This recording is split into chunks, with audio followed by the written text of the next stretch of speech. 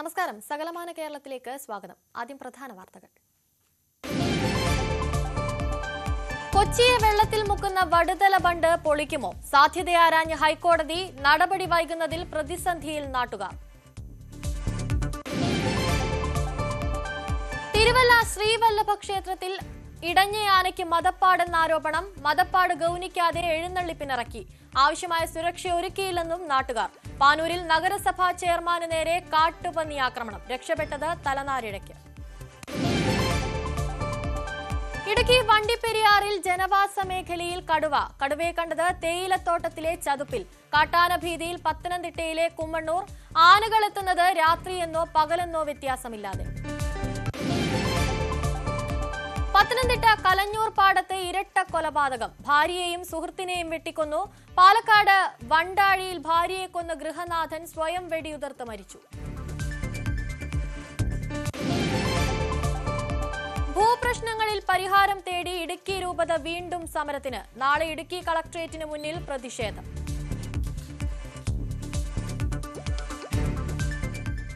വാർത്തകൾ വിശദമായി. കൊച്ചിയെ വെള്ളത്തിൽ മുക്കുന്ന വടുതല ബണ്ട് പൊളിക്കാനുള്ള സാധ്യത ആരായുകയാണ് ഹൈക്കോടതി. ദേശീയപാത നിർമ്മാണത്തിനായി ബണ്ട് പൊളിക്കുന്ന മണ്ണ് ഉപയോഗിച്ചുകൂടെയെന്നും ഹൈക്കോടതി ചോദിച്ചു. ബണ്ട് പൊളിക്കണമെന്ന ആവശ്യം കോടതിയിലെത്തിയിട്ട് മഴക്കാലങ്ങൾ പലത് വന്നുപോയി. പക്ഷേ നടപടി വൈകുന്നതിനാൽ പ്രതിസന്ധിയിലാണ് നാട്ടുകാർ.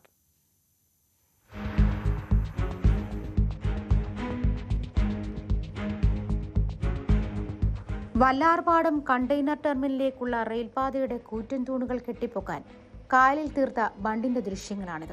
റെയിൽപാത നിർമ്മാണം പൂർത്തിയാകും മുൻപേ ബണ്ട് പൊളിക്കണമെന്ന ആവശ്യം കോടതിയിലെത്തിയിരുന്നതുമാണ്. 2009 ഓഗസ്റ്റ് 24 മത്സ്യത്തൊഴിലാളികൾ നൽകിയ ഹർജിയിൽ 2010 March 22 justice TR Ramachandran Nair bund പൊളിക്കണമെന്ന് വിധിച്ചു. അന്ന് കരാർ കമ്പനിയായ അഫ്കോൺസ് ബണ്ട് നീക്കം ചെയ്യുമെന്ന് അറിയിച്ചിരുന്നെങ്കിലും അതുണ്ടായില്ല. ബണ്ട് പൊളിച്ചെന്ന വ്യാജരേഖയുണ്ടാക്കിയാണ് പെർഫോമൻസ് സർട്ടിഫിക്കറ്റ് കമ്പനി നേടിയത്. കോൺസ് എന്ന് പറഞ്ഞ കമ്പനി റെയിൽവേക്ക് വേണ്ടി നിർമ്മിച്ച പാതയുടെ അടിയിൽ ബണ്ട് നിർമ്മിച്ചത് പൊളിക്കാതെ കിടക്കുന്നത്. പണി പൂർത്തീകരിച്ചെന്ന് അഫ്കോൺസ് അവകാശപ്പെട്ടവർക്ക് സർട്ടിഫിക്കറ്റ് കൊടുത്തിട്ടുണ്ട്. പക്ഷേ ഈ ബണ്ട് റിമൂവ് ചെയ്ത് കായലിലെ നീരൊഴുക്ക് സുഗമമാക്കാനുള്ള പരിപാടികൾ ചെയ്യാതെയാണ് അവർക്ക് ആ സർട്ടിഫിക്കറ്റ് കൊടുത്തിരിക്കുന്നത്. അപ്പോൾ ഇതേ സംബന്ധിച്ചൊരു കേസ് ദേവൻ രാമേന്ദ്രൻ്റെ ജഡ്ജിയുടെ ഹൈക്കോടതിയിൽ വന്നപ്പോൾ ആ വിധിയിൽ പറഞ്ഞിരിക്കുന്നത് പൊളിച്ചു മാറ്റണമെന്ന് തന്നെയാണ്. പക്ഷേ അതിൻ്റെ ഉത്തരവാദിത്വം എടുക്കാനായിട്ട് ആരും ഇതുവരെ തയ്യാറായിട്ടില്ല. വലിയ തുക ഇന്നാകും, 65 കോടി മുതൽ 100 കോടി വരെ ഇതിന് ചിലവാകും എന്നൊക്കെയുള്ള രീതിയിലാണ് സർക്കാരും പോർട്ടും അതേപോലെ തന്നെ റെയിൽവേയും അഫ്കോൺസും ഒക്കെ പറയുന്നത്. ബണ്ട് ആര് പൊളിക്കുമെന്നതായിരുന്നു തുടർന്നുണ്ടായ തർക്കം. 64 കോടി രൂപയാണ് ബണ്ട് പൊളിച്ചു മാറ്റാൻ കണക്കാക്കിയത്. തുറമുഖ ട്രസ്റ്റിനാണ് ഉത്തരവാദിത്തമെന്ന് സർക്കാരും തങ്ങൾക്ക് പങ്കില്ലെന്ന് പോർട്ട് ട്രസ്റ്റും നിലപാടെടുത്തതോടെ കായലിലെ മൺചിറയും നിർമ്മാണ സാമഗ്രികളും അങ്ങനെ തന്നെ കിടന്നു. ബണ്ട് നീക്കം ചെയ്യാൻ വലിയ തുകയാകുമെന്ന് കണ്ട് ഉത്തരവാദിത്തത്തിൽ നിന്നും പിന്മാറിയ തുറമുഖ ട്രസ്റ്റ് ഇപ്പോൾ മണ്ണിന്റെ റോയൽറ്റി അവകാശപ്പെട്ട് രംഗത്തെത്തിയതിലെ വൈരുദ്ധ്യമാണ് ചോദ്യം ചെയ്യപ്പെടുന്നത്. പോർട്ട് ട്രസ്റ്റും ദേശീയപാത അതോറിറ്റിയും ഒന്നിച്ചൊരു തീരുമാനമെടുത്താൽ പ്രതിസന്ധി വേഗം പരിഹരിക്കാനാകുമെന്നാണ് വിദഗ്ധർ ചൂണ്ടിക്കാട്ടുന്നത്. പോർട്ട് ട്രസ്റ്റിന്റെ മണ്ണ് ദേശീയപാത അതോറിറ്റി എടുക്കുന്നതിൽ എന്താണ് തെറ്റ്? കാര്യം ഇതൊരു നിർമ്മാണ പ്രവർത്തനമാണ്, വികസന പ്രവർത്തനമാണ്. കൂടാതെ നമ്മുടെ ദേശീയപാതയിലൂടെ ഓടുന്ന വാഹനങ്ങളിലെ നല്ലൊരു ഭാഗം പോർട്ട് ട്രസ്റ്റിൽ വരേണ്ടതാണ്. കാര്യം നമ്മൾക്ക് കണ്ടെയ്നർ ടെർമിനലുണ്ട്. അതുമാതിരി കാര്യങ്ങളൊക്കെ തന്നെ സുഗമമായിട്ടും വേഗത്തിലെത്തണമെങ്കിൽ നല്ല ദേശീയപാതകൾ വേണം. ആരും ഏറ്റെടുക്കാതെ വന്നതോടെ ദുരന്ത നിവാരണ ഫണ്ടിൽ നിന്നും പണം ചെലവഴിച്ച് 2 സ്പാനെങ്കിലും തുറക്കണമെന്ന് ജലവകുപ്പ് ജില്ലാ കളക്ടർക്ക് 2 വർഷം മുൻപ് റിപ്പോർട്ട് നൽകിയിരുന്നെങ്കിലും നടപടിയുണ്ടായില്ല. പെരിയാർ വേമ്പനാട് കായലുമായി ചേരുന്ന ഭാഗത്താണ് ബണ്ട് നിർമ്മിച്ചിരിക്കുന്നത്. കൊച്ചിയുടെ വടുതല, പച്ചാളം, ഇടപ്പള്ളി, എളമക്കര മേഖലയിലെ രൂക്ഷമായ വെള്ളക്കെട്ടിന് കാരണവും ഈ തടസ്സമാണെന്ന് പഠനങ്ങൾ തെളിയിക്കുന്നുണ്ട്. വികസനം ജനങ്ങൾക്ക് വേണ്ടിയെന്ന് നിലവിളിക്കുമ്പോഴും വികസനത്തിന്റെ ഭാഗമായി പണികഴിപ്പിച്ച വടുതല ബണ്ട് ഇപ്പോൾ കൊച്ചിയെ വെള്ളക്കെട്ടിലാക്കാൻ തുടങ്ങിയിട്ട് 6-7 വർഷമായി. ഇപ്പോഴും അനാസ്ഥ തുടരുകയാണ്. അഫ്കോൺസും RVNലും കൈയൊഴിഞ്ഞപ്പോൾ ബണ്ട് പൊളിക്കാൻ പണം ചെലവാകുമെന്ന് കരുതി കണ്ണടച്ചിരുന്ന പോർട്ട് ട്രസ്റ്റും ഇപ്പോൾ റോയൽറ്റിക്കായി മുറവിളി കൂട്ടുകയാണ്. സർക്കാരാകട്ടെ മൗനം പാലിക്കുന്നു. ആരാണ് കൊച്ചിയിലെ ജനങ്ങളുടെ ആശങ്കയകറ്റുന്നത്? ക്യാമറാമാൻ KP ധനേഷിനൊപ്പം ആത്മീയ രവീന്ദ്രൻ, ന്യൂസ് 18 കൊച്ചി.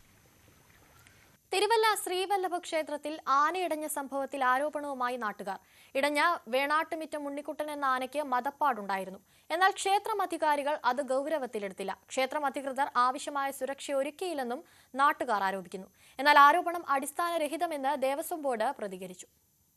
തുടക്കത്തിലെ ദേവസ്വം ബോർഡിന്റെ നിലപാട് വളരെ നമുക്ക് സംശയം ഉണ്ടാക്കുന്ന രീതിയിലാണ് നമുക്ക് തോന്നിയിട്ടുള്ളത്. കാരണം എന്ന് പറഞ്ഞു കഴിഞ്ഞാൽ ഇന്നലെ ആനയെ കൊണ്ടുവന്നു. ആ ആനയാണെങ്കിൽ ഒരു മോഴയാനയായിരുന്നു. മോഴയാനയാണെങ്കിൽ ഒരിക്കലും നമുക്കാണെങ്കിൽ എഴുന്നള്ളത്തിന് ഇത്രയും പ്രസിദ്ധമായിട്ടുള്ള ഒരു അമ്പലത്തിൽ മോഴയാനെ എഴുന്നള്ളത്തിന് കൊണ്ടുവരത്തില്ല. അപ്പോൾ ആ ഒരു സാഹചര്യത്തിലാണ് അതുപോലുള്ള ആനകളെ ദേവസ്വം ബോർഡിന്റെ ആനകൾ ഉണ്ടായിട്ടും അതിനെയെല്ലാം മറികടന്നാണ് അങ്ങനെ ഒരു പ്രൈവറ്റ് ആനയെ നമ്മൾ കൊണ്ടുവരുന്നത്. പിന്നെ അതുപോലെ തന്നെ ഈ ദേവസ്വം ബോർഡ് നേരിട്ട് നടത്തുന്ന ഉത്സവമാണ് ഇത്. അപ്പം ഇവിടെ എന്തെങ്കിലും ഒരു അപകടം ഉണ്ടായി കഴിഞ്ഞു കഴിഞ്ഞാൽ ഇൻഷുറൻസ് ചെയ്യണം എന്നുള്ളൊരു ഇതുണ്ട്. ആ ഒരു സംവിധാനം പോലും ഇവിടെ ആരും പാലിച്ചിട്ടില്ല എന്നുള്ള അവസ്ഥയാണ് നിലനിൽക്കുന്നത്. കാരണം ഇന്നലെ രാവിലെ തന്നെ ആനയ്ക്കാണെങ്കിൽ ഒരു ഇതുണ്ടായിരുന്നു. ഒരു ആന ഇടയുന്നതിന്റെ ഒരു സ്വഭാവം രാവിലെ തന്നെ കാണിച്ചതാണ്. ആ ഒരു ഇതിൽ ആനയുടെ മുകളിൽ നിന്ന് തിരുമേനി ചാടി ഇറങ്ങുകയും അങ്ങനെയാണ് ആനയ്ക്കൊരു അത് ജനങ്ങൾ അറിഞ്ഞുമില്ല. അതിൽ ദേവസ്വം ബോർഡ് ജനങ്ങളിലാണ് മൂടിവെക്കുകയാണ് ചെയ്തത്. കാട്ടുപന്നി ശല്യം രൂക്ഷമായ മേഖലയിൽ പരിശോധനയ്ക്കെത്തിയ നഗരസഭാ ചെയർമാന് നേരെ കാട്ടുപന്നി ആക്രമണം. പാനൂർ നഗരസഭാ ചെയർമാൻ KP ഹാഷിം തലനാരിഴയ്ക്കാണ് ആക്രമണത്തിൽ നിന്ന് രക്ഷപ്പെട്ടത്. കഴിഞ്ഞ ദിവസം രാത്രിയാണ് സംഭവം. നാട്ടുകാരുടെ പരാതിയെ തുടർന്ന് കരിയാട് മേഖലയിൽ എത്തിയതായിരുന്നു ഹാഷിം. ഇടുക്കി വണ്ടിപ്പെരിയാറിൽ ജനവാസ മേഖലയിൽ കടുവയിറങ്ങി. പോപ്സ് എസ്റ്റേറ്റിൽ ഗ്രാബി ഡിവിഷൻ ഭാഗത്താണ് കടുവയെ കണ്ടത്. നാട്ടുകാർ ബഹളം വെച്ചതോടെ കടുവ വനമേഖലയിലേക്ക് കയറുകയായിരുന്നു. തേയിലത്തോട്ടത്തിലെ ചതുപ്പിലാണ് കടുവ കിടന്നത്. സമീപ മേഖലകളായ ഹില്ലാഷ്, പരുന്തുപാറ, വെടിക്കുഴി എന്നിവിടങ്ങളിലും കടുവയെ കണ്ടെന്ന് നാട്ടുകാർ പറയുന്നുണ്ട്. വളർത്തുമൃഗങ്ങളെ കൊല്ലുന്നതും പതിവായിട്ടുണ്ട്. കടുവയെ പിടിക്കാൻ കൂട് സ്ഥാപിക്കണമെന്ന ആവശ്യം ശക്തമാണ്. കാട്ടാനയെ പേടിച്ച് ജീവിക്കുന്ന ഒരു കൂട്ടം മനുഷ്യരുള്ള നാടാണ് പത്തനംതിട്ടയിലെ കുമ്മണ്ണൂർ. രാത്രിയെന്നോ പകലെന്നോ വ്യത്യാസമില്ലാതെയാണ് കാട്ടാനകൾ വീട്ടുമുറ്റങ്ങളിൽ എത്തുന്നത്. ആനയെ ഓടിക്കാനുള്ള പെടാപ്പാടുകളുമായി ഉറക്കം നഷ്ടപ്പെട്ട അവസ്ഥയിലാണ് ഇവിടുത്തെ മനുഷ്യർ. കാട്ടാനയെ പേടിച്ച് വീടിന് വെളിയിൽ ഇറങ്ങാൻ കഴിയാത്ത അവസ്ഥയിലാണ് കുമ്മണ്ണൂരിലെ പ്രദേശവാസികൾ. രാത്രിയും പകലും വ്യത്യാസമില്ലാതെ ഏത് സമയത്തും വീട്ടുമുറ്റത്ത് കാട്ടാനക്കൂട്ടം എത്തുകയാണ്. കൃഷിയിടങ്ങളിൽ എത്തുന്ന ആനക്കൂട്ടം സർവ്വതും നശിപ്പിച്ചാണ് മടങ്ങുന്നത്. കൃഷിനാശം തുടരെ 6 മാസക്കാലമായിട്ട് തുടരെ ഇവിടെ വന്ന് ആന നശിച്ചുകൊണ്ടിരിക്കുന്ന 7 പ്രാവശ്യത്തെ വരവായ ആന. ഈ ഒരാനയാ വരുന്നത്, അല്ല മാറി മാറി വരുന്നുമില്ല. ഇത് തുടരെ ഇങ്ങനെ വന്നുകൊണ്ടിരിക്കും. ഇങ്ങനെ വന്ന് വീട് കൃഷികളെല്ലാം നശിപ്പിച്ചു കഴിഞ്ഞപ്പോൾ ഇപ്പോൾ വീടിനെ ആശ്രയിച്ച് വീട് തള്ളാനുള്ള രീതിയിലാണ് വീടിന്റെ ഇറമ്പിലാട്ടായി വരുന്നത്. നേരത്തെ പ്രദേശത്ത് ഫെൻസിംഗ് സ്ഥാപിച്ചിരുന്നുവെങ്കിലും അതെല്ലാം കാട്ടാനക്കൂട്ടം നശിപ്പിച്ചു. പലപ്പോഴും വീടിന്റെ മുറ്റത്ത് വരെയാണ് ആനകൾ എത്തുന്നത്. നാട്ടുകാരുടെ പ്രതിഷേധത്തെ തുടർന്ന് വനം വകുപ്പ് ജീവനക്കാർ പ്രദേശത്ത് രാത്രിയിൽ നിരീക്ഷണം നടത്തുന്നുണ്ടെങ്കിലും ശാശ്വത പരിഹാരം ഇതുവരെയും ഉണ്ടായിട്ടില്ല. ജനങ്ങളുടെ പ്രശ്നങ്ങൾക്ക് നടപടി ഉണ്ടായില്ലെങ്കിൽ പ്രക്ഷോഭങ്ങൾ സംഘടിപ്പിക്കാനാണ് നാട്ടുകാരുടെ തീരുമാനം. ന്യൂസ് 18 പത്തനംതിട്ട. മലപ്പുറം കരുളായി ഉൾവനത്തിൽ പുലിയെ ചത്ത നിലയിൽ കണ്ടെത്തി. ഇന്ന് രാവിലെ 7 മണിയോടെ വനം വാച്ചർമാരാണ് പുലിയുടെ ജഡം കണ്ടെത്തിയത്. ഉൾവനത്തിലെ മണക്കര ഭാഗത്താണ് ജഡം കണ്ടത്.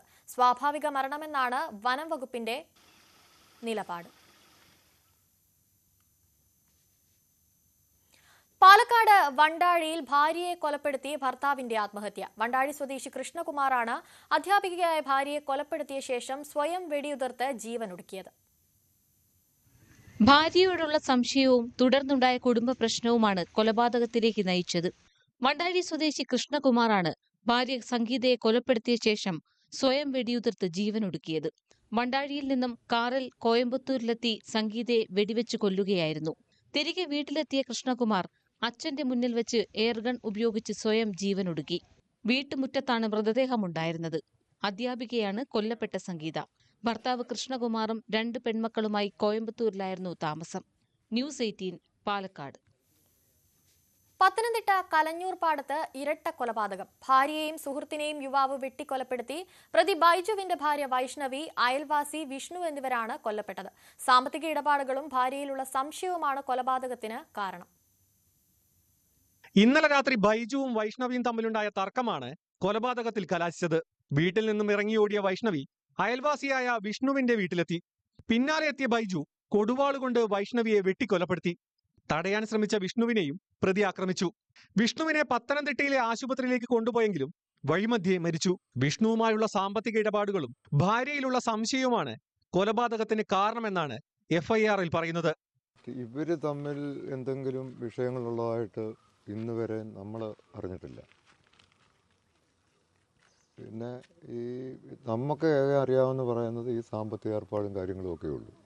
ഈ ഇവിടുത്തെ അയൽക്കൂട്ടത്തിൽ നിന്ന് എടുത്ത പൈസയുടെ കാര്യവും വിഷ്ണുവും ബൈജുവും തമ്മിൽ പൈസ ഏർപ്പാടൊന്നുമില്ല. കൊലപാതകത്തിന് ശേഷം പ്രതി പോലീസ് സ്റ്റേഷനിൽ കീഴടങ്ങുകയായിരുന്നു. വിഷ്ണുവും പ്രതി ബൈജുവും സുഹൃത്തുക്കളാണ്.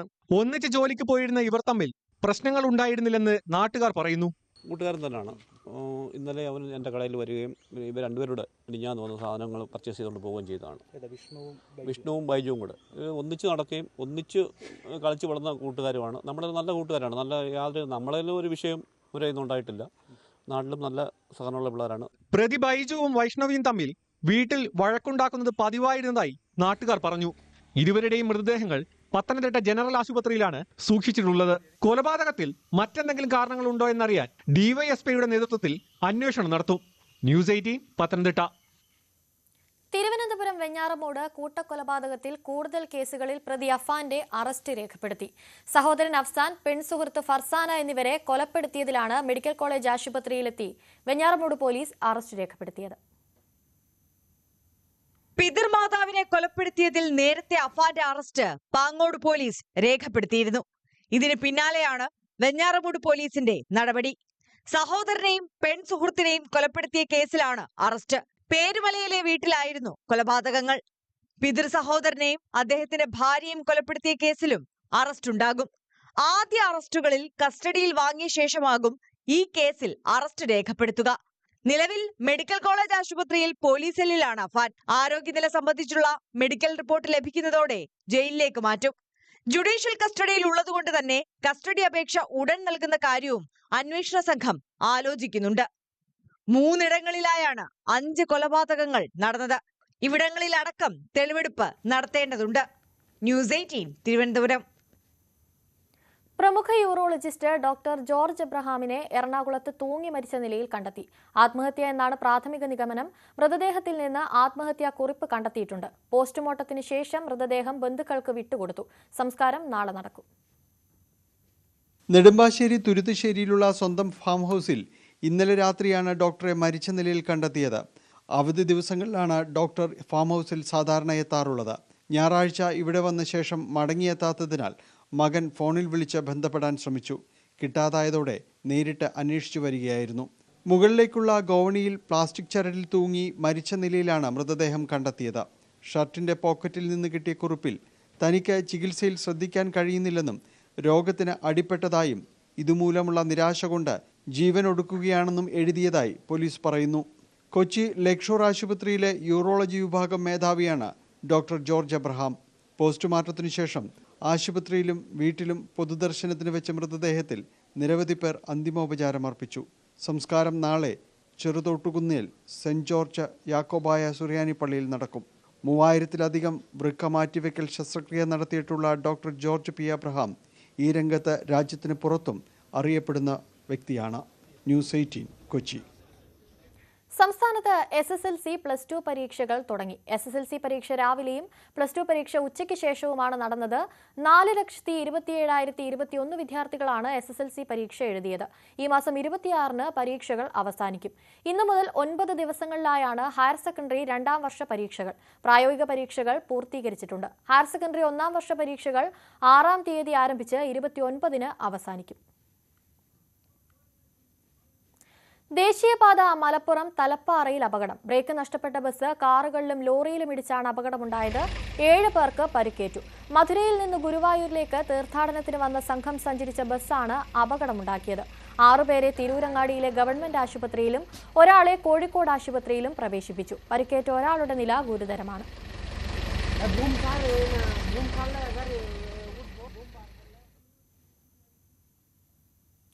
പത്തനംതിട്ട സീതത്തോട് കോട്ടക്കുഴിയിൽ വീണ്ടും തീപിടുത്തം. രാവിലെ 11 മണിക്കാണ് തീ പടർന്നത്. 6 ഏക്കറോളം വരുന്ന വാഴത്തോട്ടം കത്തിനശിച്ചു. ഫയർഫോഴ്സ് സംഘവും നാട്ടുകാരും ചേർന്ന് തീ അണയ്ക്കാൻ ശ്രമം തുടരുകയാണ്.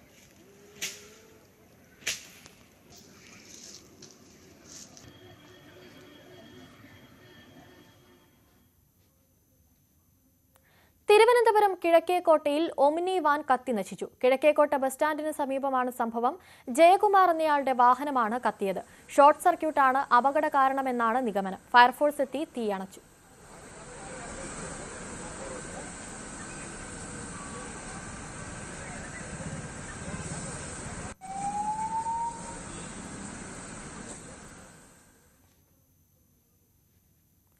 ഇടുക്കിയിലെ ഭൂപ്രശ്നങ്ങളിൽ പരിഹാരം തേടി ഇടുക്കി അതിരൂപത വീണ്ടും സമരത്തിന്. ഓൾ കേരള കത്തോലിക്ക കോൺഗ്രസ് രൂപത കമ്മിറ്റിയുടെ നേതൃത്വത്തിൽ നാളെ രാവിലെ 10-ന് ഇടുക്കി കളക്ട്രേറ്റ് പടിക്കൽ പ്രതിഷേധം സംഘടിപ്പിക്കും. പ്രതിഷേധം ഇടുക്കി രൂപത മെത്രാൻ മാർ ജോൺ നെല്ലിക്കുന്നേൽ ഉദ്ഘാടനം ചെയ്യുമെന്ന് രൂപത media director father Jins Karakkatt അറിയിച്ചു. വന്യമൃഗശല്യം തുടങ്ങി നിരവധിയായ വിഷയങ്ങളാണ് ഇപ്പോൾ ഹൈറേഞ്ച് ജനതയെ അലട്ടിക്കൊണ്ടിരിക്കുന്നത്.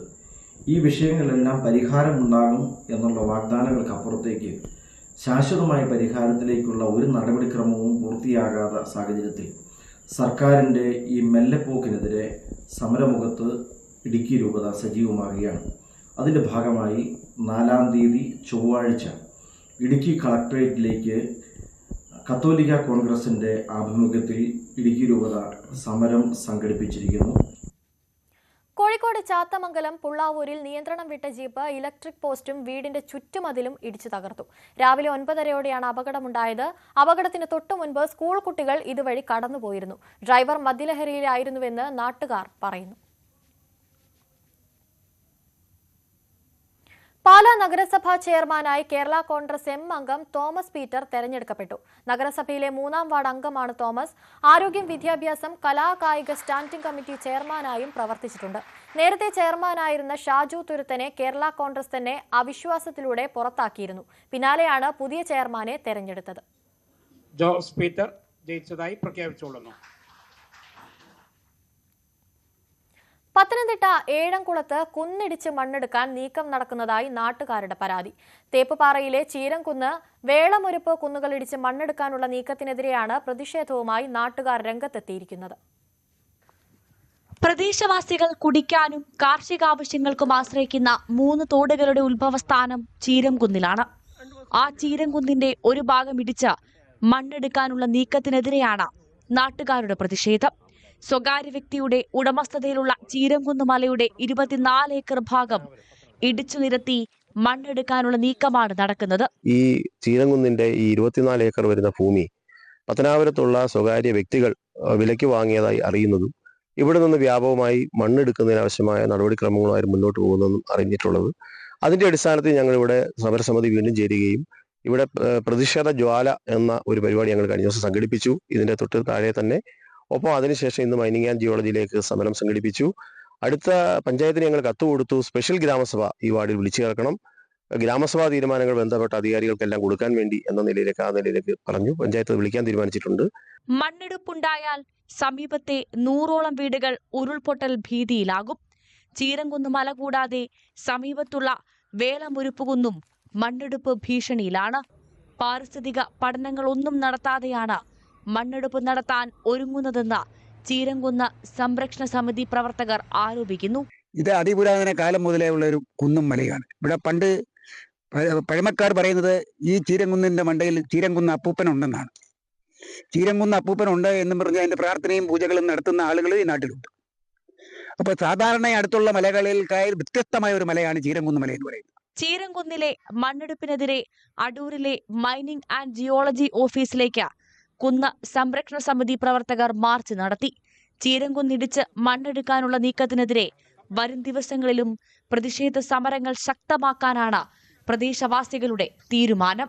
ന്യൂസ് 18 പത്തനംതിട്ട. വിതുരയിൽ 16-കാരന് സമപ്രായക്കാരുടെ ക്രൂരമർദ്ദനം. പെൺകുട്ടിയോട് മോശമായി സംസാരിച്ചുവെന്ന് ആരോപിച്ചായിരുന്നു ആക്രമണം. ആര്യനാട് പോലീസിൽ പരാതി നൽകി. പനയക്കോട് സ്വദേശിയായ 16-കാരനെ സമപ്രായക്കാരായ 3 പേർ സമീപത്തെ വാഴത്തോപ്പിൽ കൊണ്ടുപോയി മർദ്ദിക്കുകയായിരുന്നു.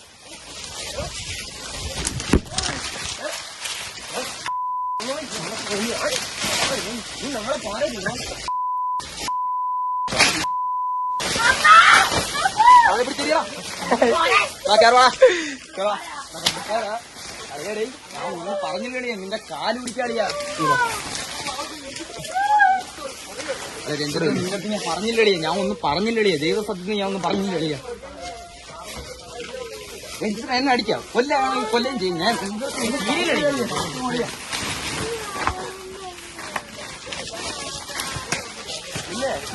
നമ്മളൊന്ന് പാലിക്കുന്നു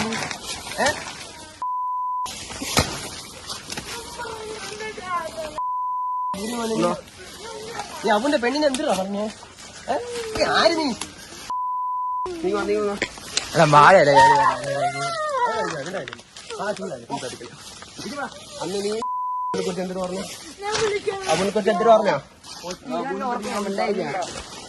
അവനെ കുറിച്ച് എന്തിനു പറഞ്ഞു എന്റെ അനിയത്തി ഒന്ന് അബുവിന്റെ പെണ്ണ് നമ്മളെ നീ ഫോട്ടോ ഇവൻ അബുവിനായിട്ട് തെറ്റിക്കാൻ നോക്കി അത് ഞാൻ മിണ്ടാ നടന്നോ ഈ പ്രശ്നം ഇവിടെ തീരാത്തിനെ ഇല്ലെങ്കിൽ ഇതേപോലെ കണ്ട വേളം എത്ര നീ ഇരിക്കും ഓക്കെ ഒന്നുമല്ലയാ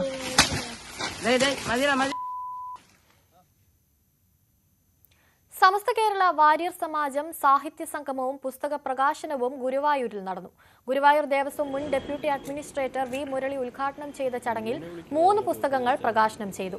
CV അച്യുതൻകുട്ടി വാര്യർ രചിച്ച നാരായണീയം മലയാള സ്വതന്ത്ര തർജ്ജമ, തീർത്ഥം പബ്ലിക്കേഷൻസിന്റെ അക്ഷരതീർത്ഥം എന്ന കഥാസമാഹാരവും ശംഖുതീർത്ഥം എന്ന കവിതാ സമാഹാരവുമാണ് ചടങ്ങിൽ പ്രകാശനം ചെയ്തത്. തീർത്ഥം മാസികയുടെ coordinate editor Sibi S Warrier, Warrier Samajam ഉത്തരമേഖലാ president TV Sreenivasa Warrier, VV Muraleedhara Warrier തുടങ്ങിയവർ ചടങ്ങിൽ പങ്കെടുത്തു.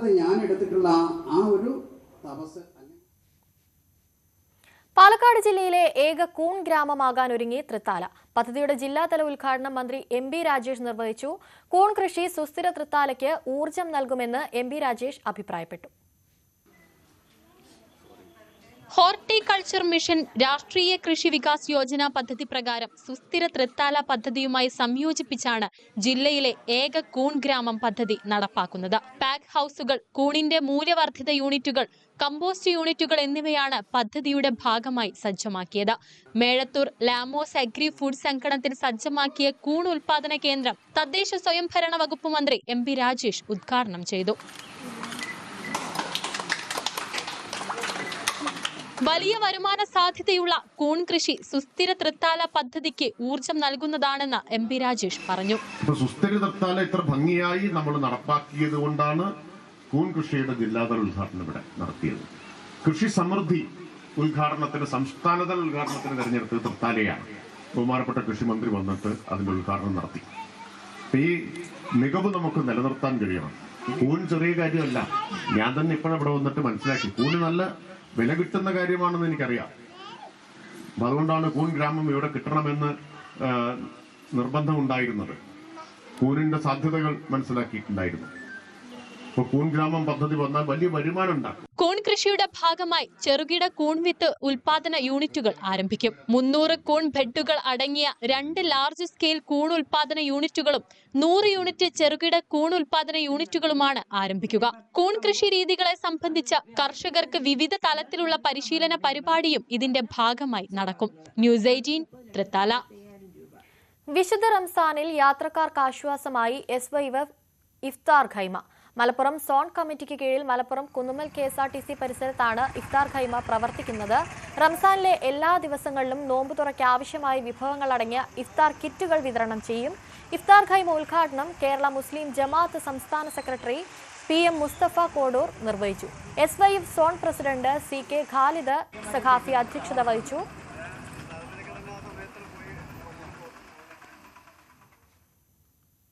പാലക്കാട് നെന്മാറ ഇരട്ടക്കൊലക്കേസിൽ നിർണായക ദൃക്സാക്ഷിയെ കണ്ടെത്തി അന്വേഷണ സംഘം. ചെന്താമര ലക്ഷ്മിയെ കൊലപ്പെടുത്തുന്നത് നേരിൽ കണ്ടയാളാണിത്. ഇയാൾ 1 മാസത്തിലേറെ നെല്ലിയാമ്പതിയിൽ ഒളിവിൽ കഴിഞ്ഞു. ചെന്താമര തന്നെയും കൊല്ലുമെന്ന് യുവാവ് ഭയപ്പെട്ടിരുന്നു. കഴിഞ്ഞ ദിവസമാണ് അന്വേഷണ സംഘം യുവാവിന്റെ നിർണായക മൊഴി രേഖപ്പെടുത്തിയത്. സ്വർണം വെള്ളി നിരക്കുകൾ. കവിത ഗോൾഡ് ആൻഡ് ഡയമണ്ട്സ് ഇന്നത്തെ സ്വർണം വെള്ളി നിരക്കുകൾ നിങ്ങൾക്കായി സമർപ്പിക്കുന്നത് Kavita Gold and Diamonds. Choose your special. സ്വർണം 22 ക്യാരറ്റ് ഗ്രാമിന് 7,940, പവന് 63,520. സ്വർണം 18 ക്യാരറ്റ് ഗ്രാമിന് 6,540, പവന് 52,320. വെള്ളി ഗ്രാമിന് 105, kilo 1,05,000. Kavitha gold and diamonds ഇന്നത്തെ സ്വർണം വെള്ളി നിരക്കുകൾ നിങ്ങൾക്കായി സമർപ്പിച്ചത് Kavitha gold and diamonds. Choose your special. സകലമാന കേരളം പൂർണ്ണമാകുന്നു. ഇനി പ്രൈം ഡിബേറ്റിൽ അപർണ കുറുപ്പ് ചേരും. നമസ്കാരം.